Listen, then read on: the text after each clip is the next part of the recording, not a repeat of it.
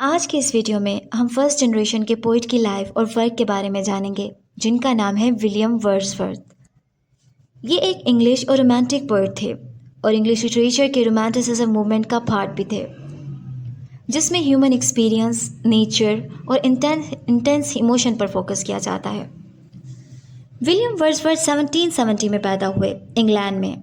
ये बहुत एक खूबसूरत लेक डिस्ट्रिक्ट के एक रीजन में बड़े हुए, जिसका इनकी पोइट्री पे बहुत असर हुआ। इन्होंने इसके थीम को अपने वर्क में भी यूज़ किया। ये कहा जाता है कि इनका बेस्ट वर्क यहीं क्रिएट हुआ। अगर इनकी फैमिली की बात की जाए तो इनकी मदर की डेथ हो गई जब वो 8 इयर्स के थे और इनके फादर की डेथ हो गई जब वो 13 इयर्स के थे, जिसकी वजह से विलियम वर्ड्सवर्थ के सिबलिंग्स को एक दूसरे से अलग होना पड़ा, डिफरेंट रिलेटिव्स के घर जाकर, और वहाँ रहना पड़ा। विलियम वर्ड्सवर्थ ने कैम्ब्रिज यूनिवर्सिटी में अपनी एजुकेशन हासिल की, जहाँ इनकी पोइट्री का साथ इंटरेस्ट डेवलप हुआ।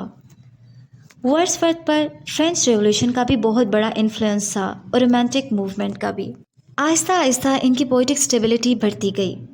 1793 में वर्ड्सवर्थ ने अपनी फर्स्ट पोइट्री को पब्लिश किया, an evening walk and descriptive sketch. इसके बाद इनकी मुलाकात एस.टी. कॉलरिज से हुई, जो एक और रोमांटिक पोइट हैं। अगर इनके वर्क की बात की जाए, लिरिकल बैलेड्स इनकी पब्लिश हुई 1798 में, जो कि पोइम्स की एक कलेक्शन है। ये भी कहा जाता है कि विलियम वर्ड्सवर्थ की एस्टिमेटेड 387 पोइम्स हैं जो इन्होंने अपनी ज़िंदगी में लिखी हैं।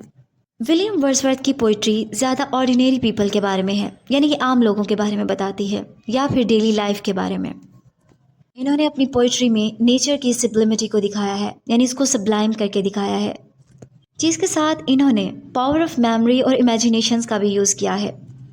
एक्चुअली विलियम वर्ड्सवर्थ ने इंसानों में इमोशंस और स्पिरिचुअलिज्म को तलाश करने की कोशिश की है और बनावट को बिल्कुल रिजेक्ट कर दिया है, और शहर की ज़िंदगी को पोइट्री का इन्होंने हिस्सा नहीं बनाया। चलिए अब देखते हैं कि विलियम वर्ड्सवर्थ के फेमस वर्क कौन से हैं।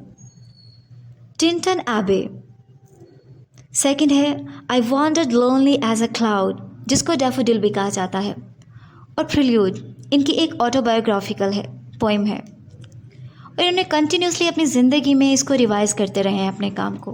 विलियम वर्ड्सवर्थ ने अपने स्टार्टिंग के काम में हमेशा ये एडवोकेट किया कि नेचुरल लैंडस्केप को प्रिजर्व करना चाहिए। वो यकीन रखते थे कि नेचर का इंसानों की बेहतरी के लिए बहुत गहरा असर होता है। उन्होंने कहा, nature has a profound impact on human well being, और इन्होंने कोशिश की कि नेचुरल इंडस्ट्रियलाइजेशन से इसको बचाना चाहिए। वर्ड्सवर्थ की ज़िंदगी में इनकी रेपुटेशन बढ़ती गई और इनको बहुत इज्जत मिली और पहचान मिली। 1843 में वो poet laureate of UK appoint हो गए और अपनी पूरी ज़िंदगी में इसी पोजीशन पर रहे 1850 तक।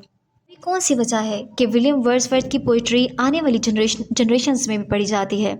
अब इसमें कुछ ऐसे एट्रीब्यूट्स हैं, जैसे कि इसमें लिरिकल ब्यूटी है, प्रोफाउंड इंसाइट है, सेलिब्रेशन ऑफ नेचर है, और टच ऑफ ह्यूमन स्पिरिट है। तो हम कह सकते हैं कि विलियम वर्ड्सवर्थ ने अपनी 80 ईयर्स की ज़िंदगी गुजार कर 1850 में इनकी डेथ हो गई, और उन्होंने बहुत ज़्यादा खूबसूरत अच्छा काम किया, जो कि आज भी पढ़ा जाता है। I hope you have like this video. Thanks for watching.